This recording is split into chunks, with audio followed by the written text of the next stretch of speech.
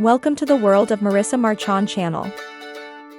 A weekly serialized story full of heartfelt moments and relatable characters that will capture audience's attention. Coming to America, The Journey, Part 12. A young wife's struggle. Junior and I were foolish to think we could support ourselves when we left my brother's house. We believed we made the right decision, but our lack of preparation stemmed from the fact that I was still in high school. We should have waited for a better opportunity, but instead, we acted impulsively and ended up in a much worse situation. Being on our own proved harder than we expected. My mom didn't teach me how to cook and do laundry. But I was skilled in ironing clothes, washing dishes, and cleaning the house. However, managing these tasks while keeping up with schoolwork was a constant struggle. The pressure of balancing responsibilities soon took its toll on me, and I realized how unprepared we truly were. It was our second day in our new home. Junior and I also made our first grocery store trip together. We wandered the aisles, unsure of what to buy or how to budget for our money. Our lack of experience quickly became apparent as we argued over essentials versus treats. This simple task highlighted how much we had to learn about living independently. The timing of our move coincided with Junior's paycheck. It was a relief not to cook meals at home since we had the money and could rely on takeout and fast food. Actually, that was just an excuse. Truth be told, I was afraid to enter the kitchen. The place looked spooky to me, so I stayed as far away as possible. Eating out seemed convenient at first, but it quickly drained our funds and left us unhealthy. The time had come to enter the hell of doom. Nita continued to show off her culinary skills. I came home from school and found her in the kitchen, cooking dinner. The way she prepared my favorite Filipino dish taunted me. The aroma of sizzling beef steak and savory chicken chow mein wafted through the air, making my mouth water. I felt unworthy watching her effortlessly cook delicious meals.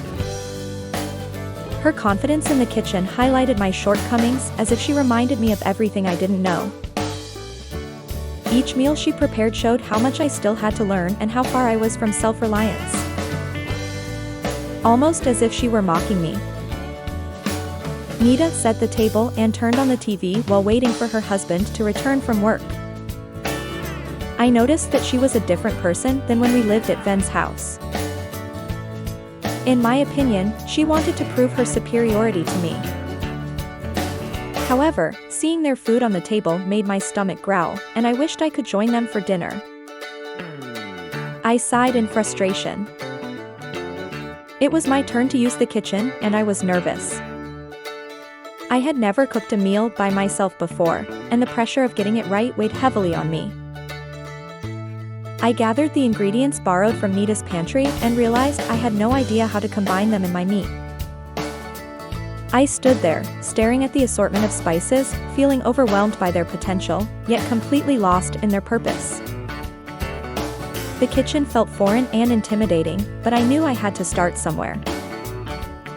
After some thought, I settled on salt and pepper.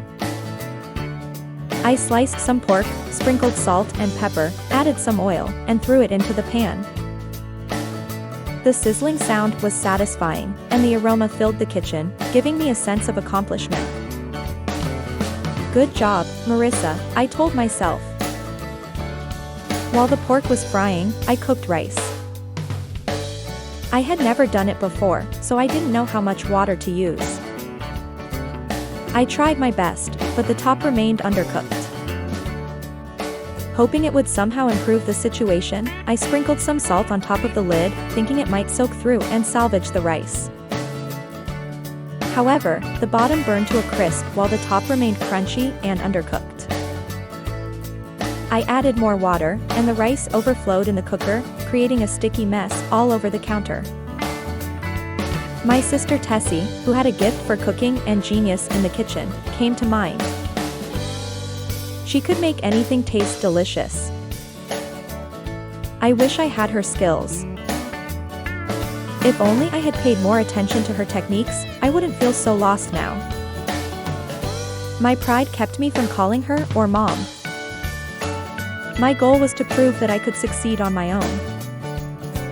A sigh of desperation escaped my lips as I scooped up the least burned portion of the rice from the middle and poured it into a bowl. Then I plated the tough and chewy pork. I shook my head, realizing I had served Junior an overcooked and undercooked dinner.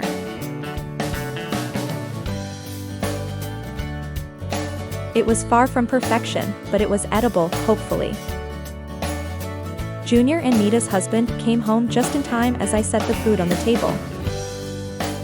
I felt a wave of embarrassment wash over me as we joined Nita and her husband for dinner.